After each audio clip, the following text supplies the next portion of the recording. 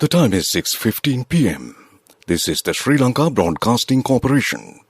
Here's the news edited by Dilwin Samarasinghe and read by Ramesh Peris. First, the headlines.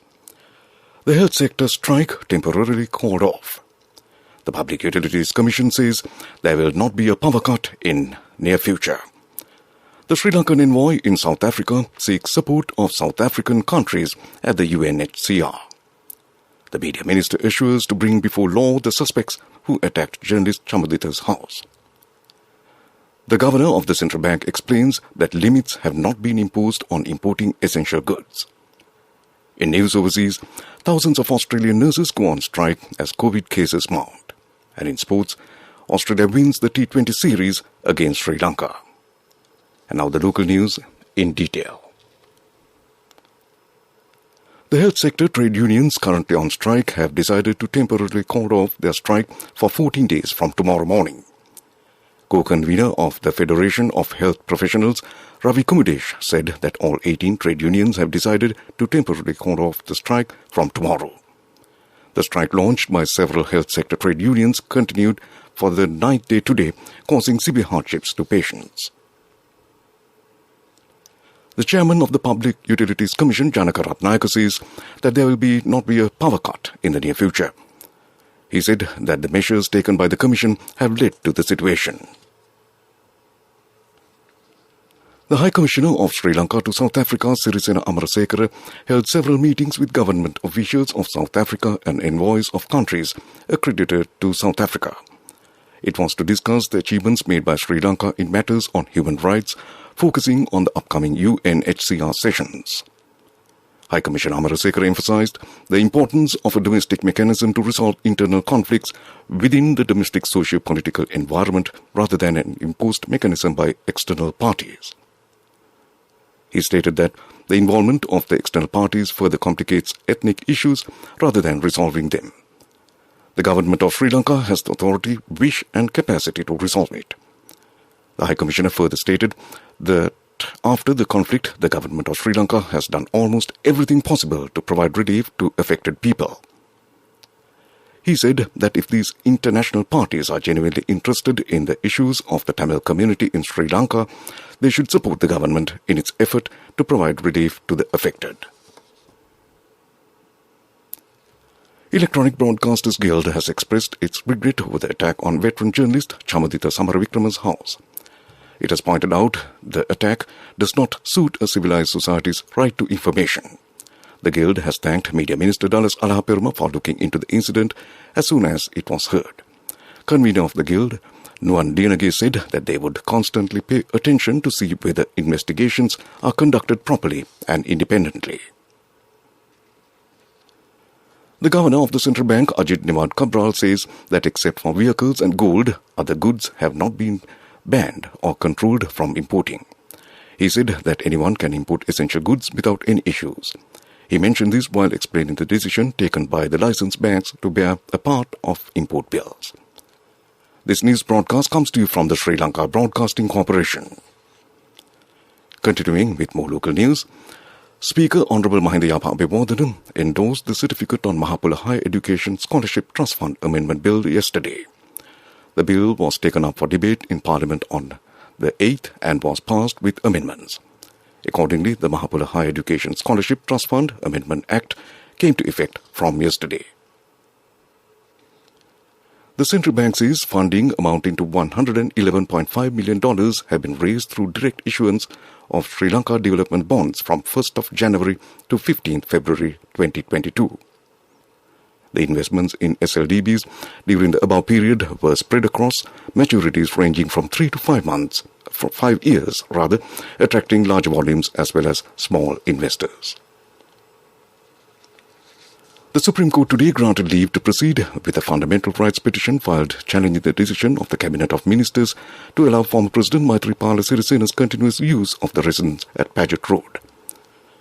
The Supreme Court fixed the matter for argument on March 29th. Civil society activist Shehan Malaka Gamage, who was arrested by the Criminal Investigations Department, has been granted bail. He was produced before the Maliga Kanda Magistrates Court today. Gamage was taken into custody yesterday over a statement made by him with regard to the Easter Sunday attacks. A program called Heta Davasa has been organized targeting the youth and the children facing various social issues in the Colombo district. The program, which aims to prevent them from getting involved in anti-social activities, is implemented on a concept of the Western Province Senior DIG Deshabandhu Thenako. Vision FM, the educational channel of the Sri Lanka Broadcasting Corporation, is assisting in the program. Another step of the program will be held at 11 a.m. at Elphinstone Theatre in Maradana. The Navam procession of Ganga Rama Temple in Colombo will parade the streets for the 43rd time tonight. The procession includes many cultural items, including 10 elephants. A special traffic plan is in operation from 5 p.m. today and tomorrow in connection with the procession. And that ends local news. The main news story is brought to you by Siddhalepa Vedamahatmya. Health Ministry said today 304 more patients have recovered from COVID-19 infection within last 24 hours. This brings the number of COVID-19 recoveries in the country to 595,649. Meanwhile, 17,854 patients are under medical care at present. Sri Lanka has now recorded 629,347 cases and 15,844 deaths since the outbreak of the pandemic. And that came to you in the main news story. The main news story was brought to you by Siddhalepa Vedamahatmya. In Watchlight, the Colombo Stock Exchange recognized students from the Advanced Diploma in Financial Markets at a ceremony which was held recently at the Kingsbury Hotel. The event marks a milestone in the CSE's efforts to foster financial literacy and education in the capital market, and it is the first education qualification to be awarded by the Stock Exchange. And that came to you in Watchlight. A bulletin of world news is next. Moving on to the bulletin of world news, first the headlines. Thousands of Australian nurses go on strike as COVID cases mount. Canada vows to freeze anti-mandate protesters' bank accounts. The UN urges diplomatic solution to Ukraine crisis. And now the world news in detail. Thousands of nurses in Australia's most populous state have gone on strike, protesting against stagnant pay and staffing shortages. It comes despite an order by the state's Industrial Relations Commission to call off the strike. It is the first industrial action taken by nurses in almost a decade. The Omicron variant has led to a recent surge of cases, putting the country's testing and hospital systems under further strain. Canadian Prime Minister Justin Trudeau has taken the unprecedented step of invoking the Emergencies Act to crack down on anti-vaccine mandate protests. Mr. Trudeau said the scope of the measures would be time-limited, reasonable and proportionate, and would not see the military deployed. With no need for a court order, banks will be able to freeze personal accounts of anyone linked with the protests. The UN Secretary-General Antonio Guterres has called for a diplomatic solution to the crisis surrounding Ukraine and said the United Nations will also make an effort to achieve it. The UN chief spoke amid increasing concern of Western powers over the likelihood of a Russian invasion of Ukraine. Guterres spoke online separately with Russian Foreign Minister Sergei Lavrov and Ukrainian Foreign Minister Dmitry Kuleba yesterday. Back to the headlines of the world news. Thousands of Australian nurses go on strike as COVID cases mount. Canada vows to freeze anti-mandate protesters' bank accounts. The UN urges diplomatic solution to Ukraine crisis. And that concludes the bulletin of world news. Development News is brought to you by Let's take coal out of the coconut tree and make the island thriving and prosperous. Call our hotline 1928. WhatsApp 070 400 1928. President Gotabaya Rajapaksa is scheduled to inspect the country's first technology park near the Pinatuwa entrance on the Southern Expressway in Galle on Thursday. 5 technology parks will be set up island-wide in line with Prosperity Vision policy statement. Technology parks will also be established in Kurunegala, Kandy, Nuwara Eliya and Habarana. And that was Development News. Development News was brought to you by the coconut tree is well grown in almost all the parts of the island. It is an exceptional source of extra income. The shell, the husk and almost all the parts of the coconut tree makes you money, providing you with an excellent extra source of income. It will also help to nourish the economy of the country. You will be guided with all necessary informations regarding the coconut cultivation, with the novel cultivation techniques and all other related and upgraded informations by the Coconut Research Institute, Lunavilla. Call our hotline 1928. WhatsApp 070 400 1928. Sports News is brought to you by Sampath Bank. We present your future. Moving on to sports, it's cricket. The third T20 between Sri Lanka and Australia was played in Canberra today. Batting first, Sri Lanka scored 121 for 6 wickets in 20 overs.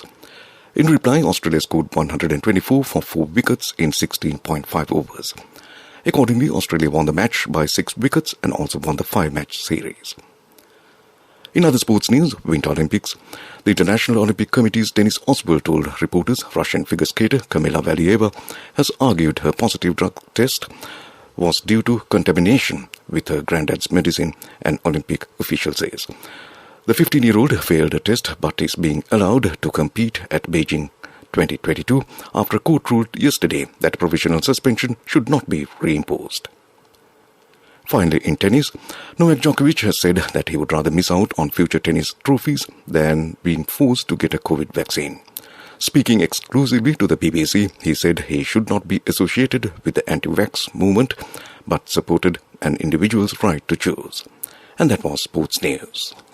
Cash through NSP globally and win wonderful gifts locally. From October 1st, 2021 to December 31st, 2022. Remit a minimum of $100 or an equivalent amount in any foreign currency 3 times through NSB U Trust.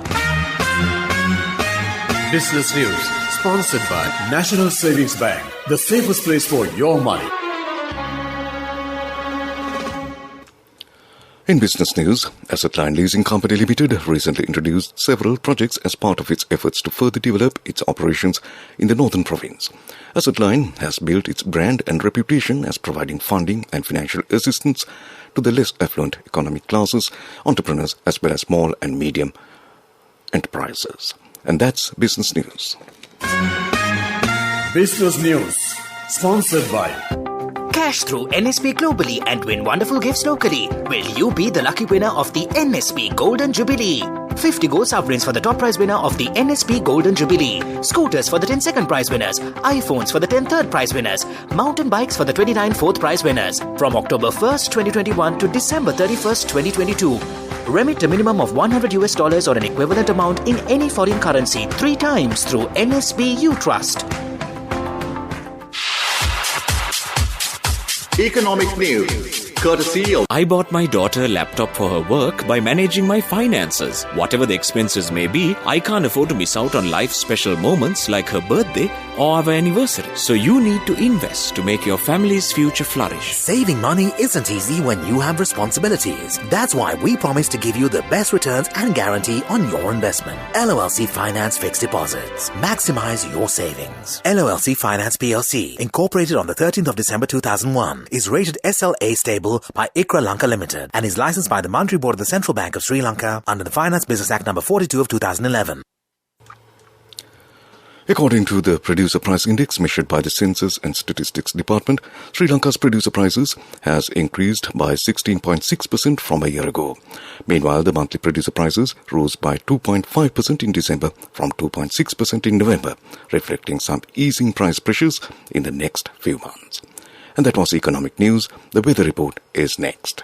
Saving money isn't easy when you have responsibility. That's why we promise to give you the best returns and guarantee on your investment. LOLC Finance Fixed Deposits. Maximize your savings. LOLC Finance PLC, incorporated on the 13th of December 2001, is rated SLA stable by ICRA Lanka Limited and is licensed by the Monetary Board of the Central Bank of Sri Lanka under the Finance Business Act No. 42 of 2011. And finally, moving on to the weather report, the Met Department says, except for a few showers in the southern province, mainly fair weather will prevail over the island. Misty conditions can be expected at some places in the western, Sabaragamuwa, central, north central and Uva provinces during the morning. And that was the weather report. And to end this news broadcast, a recap of the main news headlines.